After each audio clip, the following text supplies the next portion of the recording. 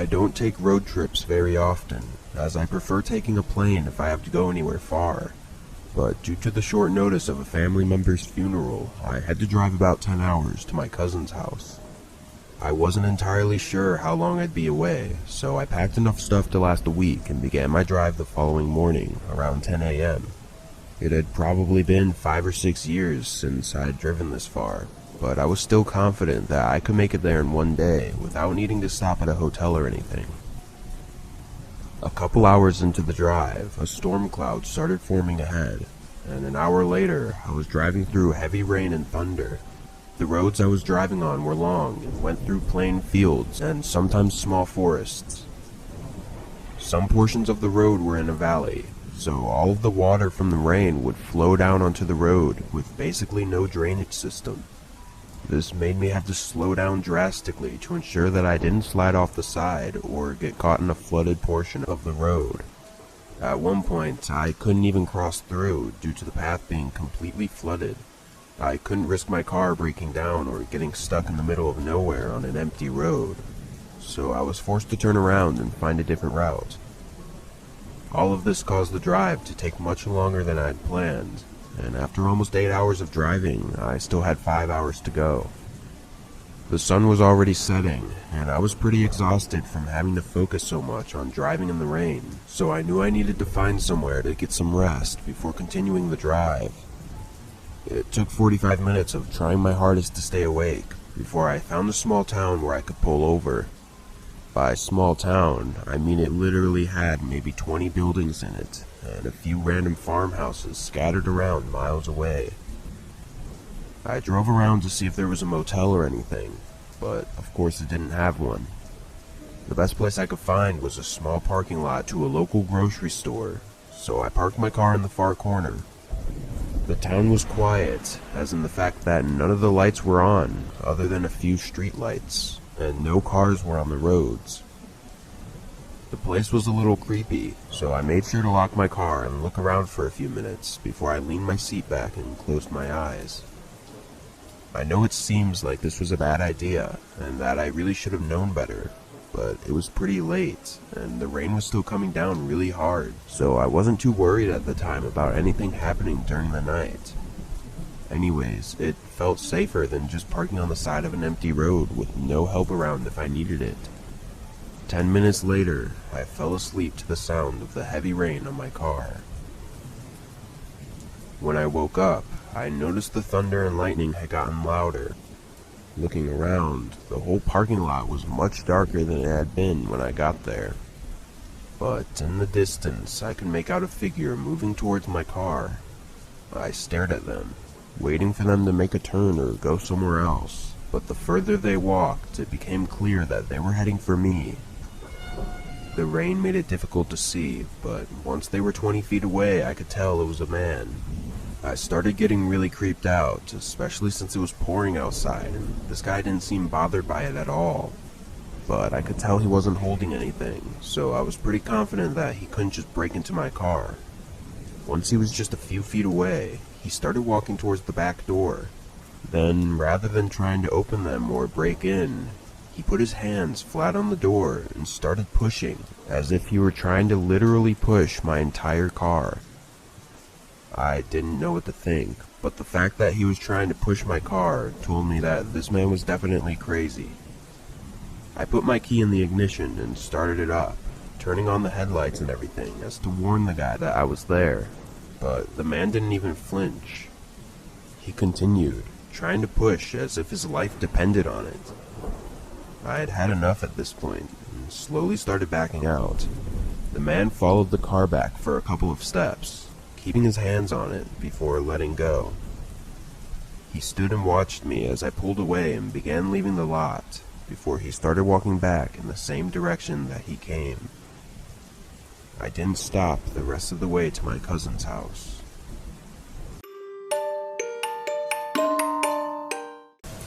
I worked the night shift at a medium-sized hotel in my town.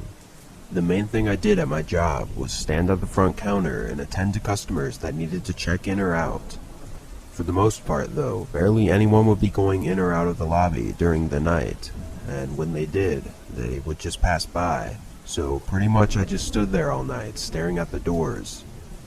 Anyways, I would get the usual angry customers complaining about something or just being weird, but there was one night in particular that still stands out to me. It was a normal night, just like any other, as I stood at the front desk. There was a pretty big storm going on outside though, and usually whenever it's raining or just bad weather in general, nobody would be going in or out of the hotel. I pulled my phone out to pass the time, but a few minutes later a man showed up at the entrance door. He walks through the first set of doors, and then stops, standing in the small area between the two sets of doors. He gazes through the glass, looking around the inside of the building, then makes quick eye contact with me, before awkwardly patting down his pockets and walking back out into the rain. It was pretty weird, but to be honest, I'd worked at a hotel long enough, and met so many people that I was used to the strange and awkward behavior. I assumed he just forgot his keys or something, and had to get it back from his car.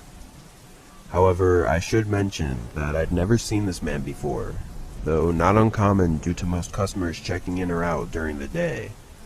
Plus, he didn't have a suitcase or a bag or anything, so of course I just assumed he already had a room and everything. Another few minutes went by, before the phone rang on my desk. The caller ID said it was an outside number, so I knew it wasn't anyone from one of the rooms.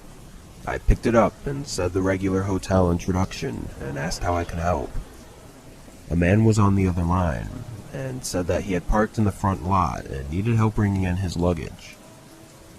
Sorry, all of our bellmen left at 9 p.m. He responded, politely saying that it was okay, but then he asked me if I could come out and help him, assuring me that he just needed me to roll in a small suitcase. This was a pretty strange request, but I told him that if he pulled his car up to the front door, then I could help him get situated. He paused for a moment, and then said okay and hung up. A little bit annoyed, I walked around the desk and waited in between the entrance doors.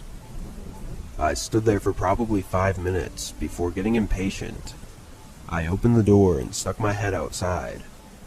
It was still pouring, but I could see the man from earlier across the parking lot waving to me and motioning for me to come over. I got a really bad feeling, as the whole reason I wanted him to pull up to the front was so that we could be out of the rain. Why would someone want to walk with their luggage through a storm? I ignored him and closed the door, making my way back to my desk, figuring that if he really needed my help, then he'd pull his car up to the front. As soon as I sat down, though, the man came through the doors. From how far he was in the parking lot, he had to have sprinted to get here that quickly. This time, he came all the way into the lobby and stood a few feet from the desk, breathing heavily. He immediately asked me the same exact question he asked me over the phone, asking to help him with his small suitcase. Of course, I responded with my same exact response, that he needed to pull the car up to the front. This time, though, he told me that he had already taken the luggage out of his car and didn't want to put him back in. I already had a bad feeling about this guy, but that response made me sure that there was something seriously wrong. I asked him if he had a room, assuring him that I needed to check him in before assisting him any further. He immediately grew angry, as if I offended him with that question. He demanded that I come out and help him before he checks in, as his luggage was getting wet outside. At this point, I'd had enough and responded with a bit of an attitude. You shouldn't have left your bags outside in the rain to begin with. If you refuse to check in, then I'm gonna have to make you leave. He angrily turned around, giving me the middle finger on his way out of the door. He didn't come in for the rest of the night, and when the morning crew came in, I told them about the man. As far as I know, he never checked in. This definitely got me creeped out, as I knew now that he wasn't even a customer of the hotel, and was just some random guy trying to lure me into his car in the middle of a stormy night.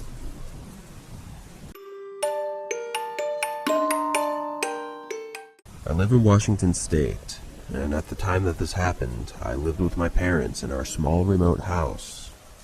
It was about 20 minutes from the nearest town, and our neighbors were half a mile in each direction. This isn't uncommon here, as it's mostly vast forest landscape all throughout, with small towns here and there, and a couple of big cities. Anyways, I'd grown up in that house my whole life, and was used to the isolated nature of it, so it never really made me nervous or anything. But this one incident that happened when I was 14 made me terrified of our location. It was spring break, and my parents had planned a trip to Florida, and we were supposed to leave for the airport on Sunday morning. However, there was a complication at my dad's work that happened a couple days before, so unfortunately we had to cancel the trip. To make up for it, my parents took me to a water park on Sunday. It was fun, but I was still upset that the trip had to be canceled. We were there for maybe 4 or 5 hours before a strong storm cloud was seen heading our way. It was coming in quick, so pretty much everyone at the pool started packing and getting out of there. By the time we got home, the storm had completely come down on us. The rain was intense, and the thunder and lightning was frequent. But this is where things started to get strange. We pulled into the driveway and immediately noticed that the garage was wide open. My dad assumed that he had just forgotten to close it, or maybe the sensor got caught on something on the way down and stopped it. But my mom says she was sure that she saw it close fully on her way out. There didn't seem to be anything else unusual though, so we all got out and made our way inside. My mom pressed the button to close the garage, and it closed without any issues. My parents both went to the couch and turned on the TV, while I made my way upstairs to my room. The rain was coming down even harder at this point, filling the whole house with that loud rumbling sound. But halfway up the stairs, I swear I heard something moving in the hallway. I quickly continued up, trying to see if there was an animal or something, but nothing was there. What I did notice, though, was that my bedroom lights were on. This was pretty weird, as I knew that I hadn't even turned them on at all today, and I definitely wouldn't have left them on if I did. At this point, I wasn't really sure what to think. I thought that I had to have just forgotten about the lights, or maybe something weird happened with the wiring and they turned on. I don't know. I was still a little scared though, so I stood in the hallway for a bit before making my way over to the door. Standing right outside my room, I listened, trying to make sure it was safe before entering. A few moments of silence go by before I hear something shuffling around. It was very faint and quiet though, as if it were a small rodent moving between boxes. I cracked the door open, figuring I was going to see a rat or something running around, but I didn't see anything at first glance. I entered and closed the door behind me. My room actually looked completely normal and untouched. Usually when an animal or something gets in the house, there's clear signs of a mess being made by them. I got down on my knees and looked under the bed and on the floor for any signs of an animal, but again, there was nothing. I got up and sat on my bed, just thinking about how strange this all was. But as I sat there, collecting my thoughts, a shadow quickly moved across the bottom of my bedroom door from out in the hallway. My heart stopped for a moment, terrified, as I could tell by the size of the shadow that it was definitely a person. I instantly stood up from my bed, trying to think of what to do, as I was pretty much trapped in my room, unless I wanted to risk running out. I picked up my phone and texted my dad that someone else was upstairs. Almost immediately, the message showed that it was read, and I could hear him quickly coming up the stairs. I stood by my door nervously, as I listened to the footsteps getting closer, expecting someone to jump him, but after a few seconds he opened my door. He looks at me with concern, and I quickly whisper to him what I saw. I think he could sense the fear in my voice, and we both made our way down the hall and back downstairs. Just as we got to the bottom of the steps, a single loud thud came from upstairs, followed by hard-running footsteps down the hall. We ran into the living room, where my dad picked up a small bat he had laying in the corner, but the footsteps were heard sprinting down the steps, followed by the front door swinging open.